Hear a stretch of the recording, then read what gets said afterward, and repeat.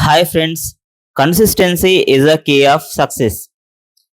మనలో చాలామంది ఏదైనా పని చేసినప్పుడు ఒకసారి ఫెయిల్ అవ్వగానే, 2 సార్లు ఫెయిల్ అవ్వగానే ఇంక నేను చేయలేనేమో అని చెప్పి గివ్ అప్ ఇస్తూ ఉంటారు. అందుకే వాళ్ళు లైఫ్‌లో ఎప్పటికి కూడా సక్సెస్ కాలేరు. నిజంగా లైఫ్‌లో సక్సెస్ కావాలి అంటే ఎన్నిసార్లు ఫెయిల్ అయినా కూడా ప్రయత్నం అనేది ఆపకుండా ముందుకెళ్తూనే ఉండాలి. ప్రయత్నం చేస్తూనే ఉండాలి. మీకు ఒక రియల్ లైఫ్ స్టోరీ చెప్తాను.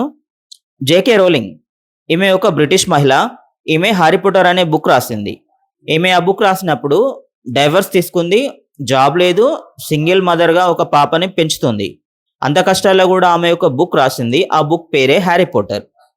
'హ్యారీ పాటర్' బుక్ రాసిన తర్వాత ఆమె ఆ బుక్ పబ్లిష్ చేయడానికి చాలా మంది పబ్లిషర్స్‌ని కలిసింది.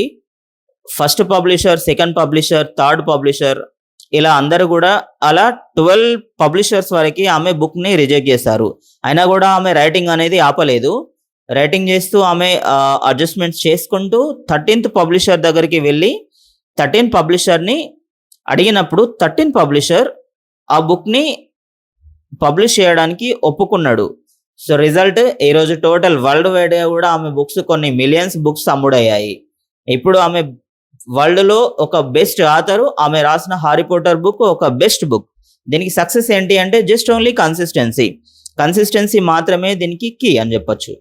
మనం గూడా మనం చేసే వర్క్‌లో కన్సిస్టెంట్‌గా వర్క్ చేసుకుంటూ వెళ్తే మనం ఖచ్చితంగా సక్సెస్ అవుతాము. అసలు ఓడిపోవడం అంటే ఫెయిల్ అవ్వడం గాదు. మనం ప్రయత్నం ఆపినప్పుడే అది ఓడిపోయినట్టు లెక్క.